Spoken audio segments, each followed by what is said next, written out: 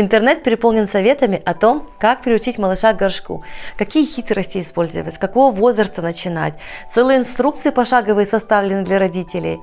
Когда-то я с моим первым ребенком наделала массу ошибок, пытаясь слушать все советы, все рекомендации мамочек, хороших мамочек. Но я пыталась своего ребенка втиснуть в чужие стандарты. И тем самым я мучила и его, и нас самих, родителей. Когда ребенок по полчаса и больше сидел на горшке, хныкал, просился. Я его слишком рано высаживала, уже с 8 месяцев, и он не мог самостоятельно встать с горшка. Вот. И, в общем, как бы такой горький опыт у нас был только с первым ребенком, к счастью. И дальше уже было по-другому. И дети, между прочим, также в таком же возрасте освоили горшок, хотя у них было все совсем по-другому.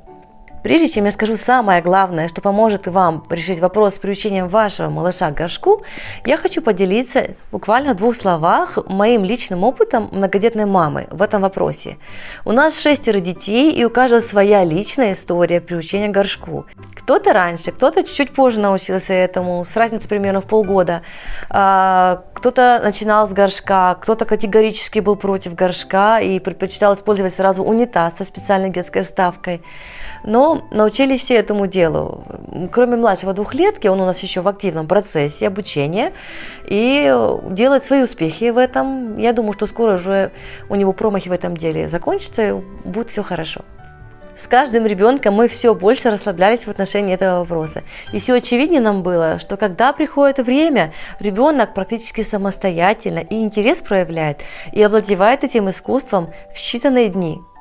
Какой же самый главный секрет в успешном овладении горшком вашим малышом?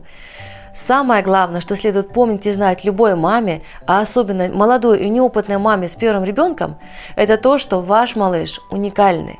И программа развития, созревания на всех уровнях у него своя, личная, уникальная. И независимо от того, как вы плотно будете упражняться с горшком, самостоятельно и осознанно он будет это делать только тогда, когда придет его время. Во всех остальных случаях это будет просто ваше личное упражнение по высаживанию малыша на горшок, которые не станут его личными осознанными действиями раньше, чем он будет к этому готов. Не мучайте своего ребенка, расслабьтесь сами, и вы с удивлением заметите, что он копирует все, что вы делаете, с удовольствием, без всякого принуждения, но только тогда, когда придет его время. Просто поставьте горшок в туалете или в ванной комнате, когда малышу будет примерно 1,5 года, а мальчикам лучше не раньше 8 года. И обращайте внимание время от времени на него, малыша, поговорите об этом, расскажите ему, что это, для чего это, попробуйте посидеть на нем, расскажите о своем опыте, что папа и мама тоже ходят на горшок, и попробуйте с малышом, как это получается, заинтересуйте его. Каждый малыш рождается с заложенной в него программой подражания взрослым, и они повторяют за нами все, даже то, что нам бы порой не хотелось, чтобы они делали так, как мы. И самое худшее, что вы можете сделать для себя и малыша, это пытаться сравнивать его с другими, пытаться вписывать его-то в чьи-то чужие рамки, стандарты, при этом нервничать, кричать, возможно, даже, разрушая его здоровье, разрушая ваши отношения, нанося какие-то, возможно, нарушения на глубоком уровне, которые вообще проявятся только с годами. Когда вы садите, например, семена огурцов и петрушки, вы же не ждете, что они будут расти с одинаковой скоростью или давать одинаковые плоды. Или если даже вы посадите семена одного растения, они все равно будут расти по-разному. Вы же не будете отстающие подтягивать руками, чтобы они были одинаковы с остальными. То же самое с детьми. Не надо этого делать. Все разные. У каждого свой уровень развития, своя скорость. Они не должны быть все одинаковыми. И кто-то сейчас отстает от других, но потом обгонит всех.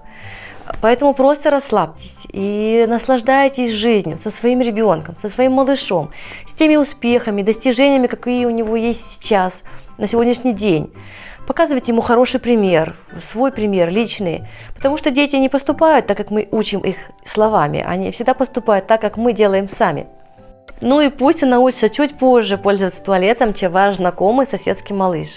Зато вы сохраните намного более гармоничным и его развитие, и его психоэмоциональное здоровье, может быть даже физическое, и его становление как полноценной, уверенной в себе личности, и его познание мира в конце концов, и ваши отношения с малышом будут более глубокими, более крепкими, что повлияет на всю его и вашу дальнейшую жизнь.